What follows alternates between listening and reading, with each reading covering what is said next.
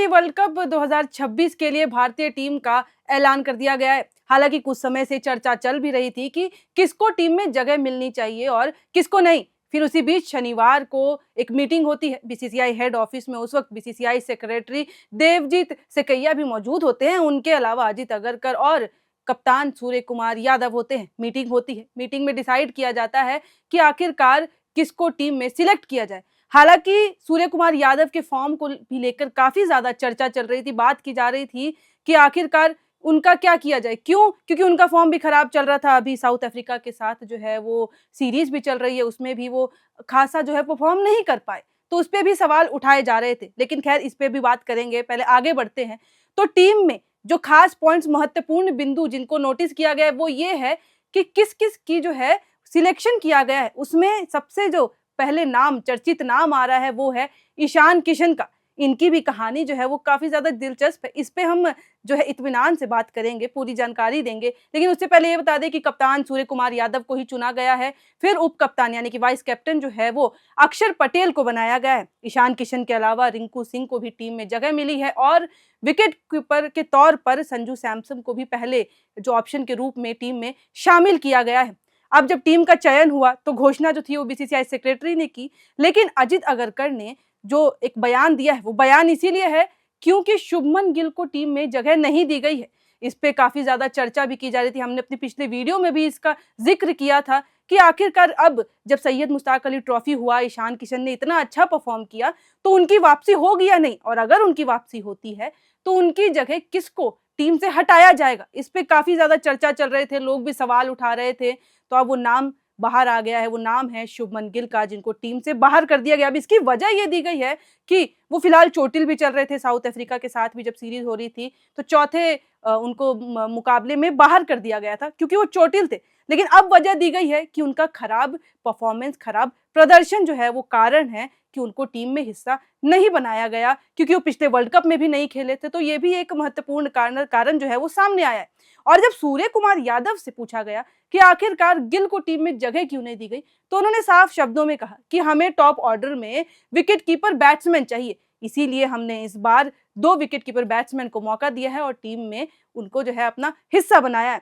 तो अब शुभमन गिल बाहर है। अब इसके अलावा सबसे ज्यादा चर्चा ईशान किशन की इसीलिए हो रही थी क्योंकि ईशान किशन 2 साल बाद जो है वो भारतीय टीम में वापसी करने जा रहे हैं। जी हाँ, 2 साल बाद। हालांकि प्रयास तो वो तब से ही कर रहे थे, लेकिन सफल आज हुए।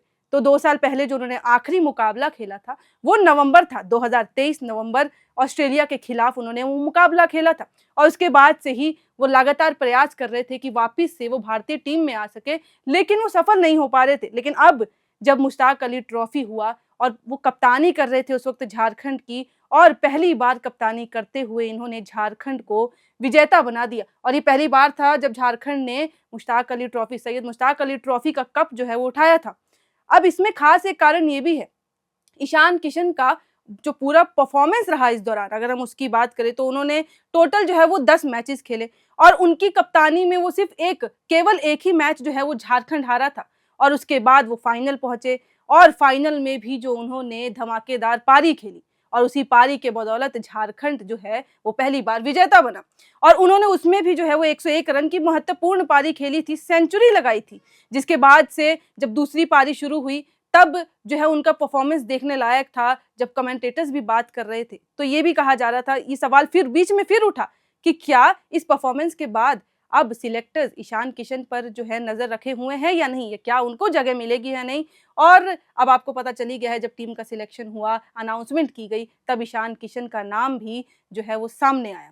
अब ईशान किशन ने उस टूर्नामेंट में 517 रन बनाए थे, वो 10 मुकाबलों में, जिसमें 2 शतक और 2 अर्धशतक भी शामिल थे, और उसके बदौलत झारखंड टीम जीत गई। खैर, अब झारखंड टीम के अलावा अगर हम बात करेंगे तो ईशान किशन के पास ये बहुत बड़ा मौका है, क्योंकि अब वो टीम में अगर खेलते हैं तो ये जाहिर सी बात है कि उनको टॉप ऑर्डर में ही जो है वो मौका दिया जाएगा। क्यों? क्योंकि वो विकेट कीपर तो हैं, लेकिन उसके साथ साथ बल्लेबाज हैं, और उनके अलावा संजू सैमसन भी टीम में है। तो अभी देखने की बात होगी क्या ईशान किशन विकेट के पीछे भी नजर आएंगे या फिर सिर्फ एक बल्लेबाज की तरह टीम में खेलते हुए नजर आएंगे। चलिए अब इससे आगे बढ़ते हैं। अब ये देख लेते हैं कि आखिरकार टीम में कौन कौन से बाकी प्लेयर्स को जगह दी गई है। तो बल्लेबाजों से स्टार्ट करते हैं। तो सबसे पहले सूर्य कुमार यादव, जो कि कप्तान भी है। फिर उनके अलावा अभिषेक शर्मा, जो कि ये भी कहा जा रहा है कि जाहिर सी बात है कि जो ओपनिंग है वो अभिषेक शर्मा करेंगे। अब उनके साथ ओपनिंग में कौन उतरता है ये देखने वाली बात होगी। फिर उसके अलावा तिलक वर्मा और फिर उसके बाद रिंकू सिंह, ये जो हैं वो 4 बैटर्स हैं हमारे टॉप 4 के लिए। अब फिर उसके बाद ऑलराउंडर्स के लिए, तो ऑलराउंडर्स में हार्दिक पांड्या, शिवम दुबे और अक्षर पटेल। अक्षर पटेल जो हैं वो इस टूर्नामेंट के लिए वाइस कप्तान जो हैं वो चुने गए हैं। और अभी जो T20 सीरीज साउथ अफ्रीका के खिलाफ चल रही थी उसमें भी जो है वो हार्दिक पांड्या भी काफ़ी लगातार अच्छा प्रदर्शन करते आ रहे हैं, तो उनके ऊपर भी लोगों की नज़रें होंगी क्योंकि वर्ल्ड कप में वो खेलते हुए नज़र आएंगे। और पिछला वर्ल्ड कप भी जो हम जीते थे उसमें भी हार्दिक पांड्या एक बहुत बड़ा रोल निभाते हुए नजर आए थे। अब इसके बाद जो बॉलर्स हैं, तो कौन कौन से बॉलर्स को टीम में लिया गया है, तो सबसे पहले जसप्रीत बुमराह, फिर कुलदीप यादव, वरुण चक्रवर्ती, हर्षित राणा, अर्शदीप सिंह और वॉशिंगटन सुंदर को इस टीम में जगह दी गई है। अब अंत में हम बात करेंगे ईशान किशन और संजू सैमसन की, जो कि 2 विकेट कीपर हैं। और ये शायद काफी टाइम बाद हो रहा है जब टीम में एक साथ 2 विकेट कीपर और बल्लेबाज को मौका दिया गया है, क्योंकि संजू सैमसन भी टॉप पे खेलते हैं और ईशान किशन भी टॉप पे खेलते हैं। तो भी इंटरेस्टिंग बात रहेगी। क्यों? क्योंकि अब संजू सैमसन का प्रदर्शन भी अच्छा चल रहा है और हमेशा ऐसा होता है जब वो ओपनिंग के लिए आते हैं तो टीम को अच्छा स्टार्ट दे देते हैं। वहीं ईशान किशन जो हैं वो ज़्यादातर तीसरे नंबर पे खेलते हुए नजर आते हैं। तो अब देखना बेहद दिलचस्प होगा कि किस तरीके से टीम जो है उसको सीक्वेंस में प्लेयर्स को डिसाइड किया जाता है। पहले नंबर पे अभिषेक शर्मा तो डिसाइडेड है, अब उनके साथ ओपनिंग में कौन आएगा। और इस बार तिलक वर्मा भी हैं और तिलक वर्मा भी तीसरे नंबर पर ही ज़्यादातर खेलते नजर आते हैं या नहीं तो चौथे पर। तो किस तरीके से टीम डिसाइड की जाएगी, कैसे बल्लेबाजी सेट की जाएगी, ये तब की बात होगी। अब ये पूरा स्क्वाड है और इसके अलावा ये बता दूं कि यही स्क्वाड जो है अब T20 वर्ल्ड कप से पहले जो टूर्नामेंट यानी कि जो सीरीज होने वाली है न्यूजीलैंड के साथ, 3 वनडे होंगे उसमें और T20 सीरीज होंगी 5, उसमें भी जो है वो सेम यही टीम होगी, उसमें कोई बदलाव नहीं है। और ये इसीलिए किया जा रहा है ताकि टूर्नामेंट से पहले, उस बड़े वर्ल्ड कप से पहले ये देख सके कि टीम जो है किस तरीके से प्रदर्शन कर रही है और जो सिलेक्शन की गई है वो किस तरीके से जो है वो पूरा खेलते हुए नजर आएगा, ताकि अगर टूर्नामेंट में किस तरीके से ये लोग आगे प्रदर्शन करेंगे ये भी इसी से डिसाइड होगा और ये पता चल जाएगा। अब T20 जो है वो फरवरी से शुरू हो रहा है वर्ल्ड कप, तो उस वर्ल्ड कप में शेड्यूल क्या है, तो पहली बात यानी कि 4 इस बार जो है वो ग्रुप सेट किए गए हैं, group A, group B, group C और ग्रुप डी। तो ग्रुप ए में भारत, पाकिस्तान, यूएसए, नामीबिया और नीदरलैंड शामिल है। इसके अलावा ग्रुप बी में ऑस्ट्रेलिया, श्रीलंका, जिम्बाब्वे, आयरलैंड और ओमान है। फिर ग्रुप सी में इंग्लैंड, वेस्ट इंडीज, इटली और फिर बांग्लादेश। ग्रुप डी में south Africa, New Zealand, Afghanistan, UAE और कनाडा शामिल है। और ग्रुप सी में इस बार पहली बार नेपाल भी जो है वो T20 वर्ल्ड कप में खेलते हुए नजर आएगी और वो इंग्लैंड, वेस्ट इंडीज, इटली और बांग्लादेश के साथ ग्रुप सी में शामिल है। अब ये 4 ग्रुप हैं जो बटे हुए हैं और भारत जो है देखा जाए तो उसके लिए सिर्फ एक पाकिस्तान जो है वो कॉम्पिटिटर के रूप में देखा जा रहा है।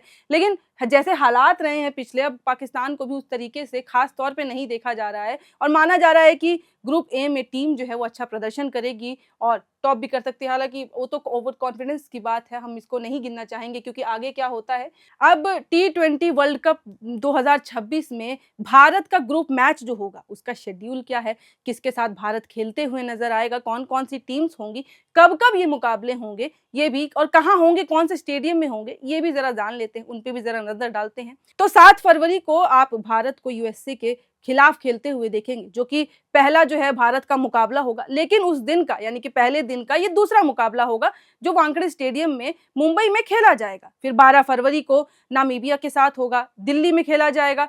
फिर 15 फरवरी को जो बड़ा मुकाबला यानी कि ग्रुप वाइज अगर देखें तो सबसे बड़ा जो मुकाबला देखा जा रहा है वो माना जा रहा है वो पाकिस्तान के साथ है और वो 15 फरवरी को श्रीलंका में कोलंबो में खेला जाएगा। फिर 18 फरवरी को नीदरलैंड के अगेंस्ट भारत खेलती हुई नजर आएगी और वो मुकाबला होगा अहमदाबाद में।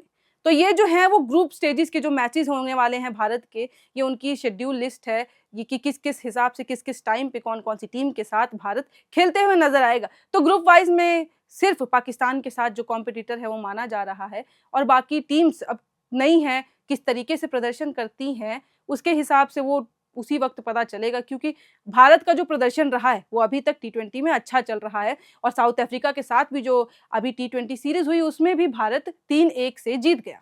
तो T20 वर्ल्ड कप जिसका इंतजार सारा देश, सारे भारतवासी जो हरदम करते हैं, निगाहें लगाए बैठते हैं कि आखिर क्या होगा, कब होगा, क्योंकि भारत में जो क्रिकेट है उसको बहुत ही ज़्यादा इंतज़ार से लोग इंतज़ार करते हैं मैचेस के लिए। आप अगर स्टेडियम में जाएँगे तो एक टिकट नहीं बचती है। लेकिन इसमें एक बड़ी बात जो है हमने पहले भी बताई थी कि अभी तक जो है वो डिसाइड नहीं हो पाया है कि लाइव टेलीकास्ट जो है इन मैचेस का हो पाएगा या नहीं। क्योंकि जियो हॉटस्टार अब तक करता था, लेकिन अब जियो हॉटस्टार ने जो है वो कदम पीछे कर लिए हैं और अब सामने से कोई भी नया ब्रॉडकास्टर नहीं आया है कि जो ये कह सके कि टी20 वर्ल्ड कप का हम टेलीकास्ट करेंगे। तो ये भी एक चिंता की बात बनी हुई है, लोग इसको लेके भी काफ़ी ज़्यादा चिंता में हैं। हालाँकि मैचेस जो हैं वो श्रीलंका और भारत दोनों स्टेडियम मतलब दोनों के स्टेडियम में जो है वो खेले जाएँगे। तो इसमें एक चीज़ और खुशी की बात ये थी, कहा जब मैंने आपको बताया था कि टिकट जो है वो मात्र ₹100 में मिल रही है।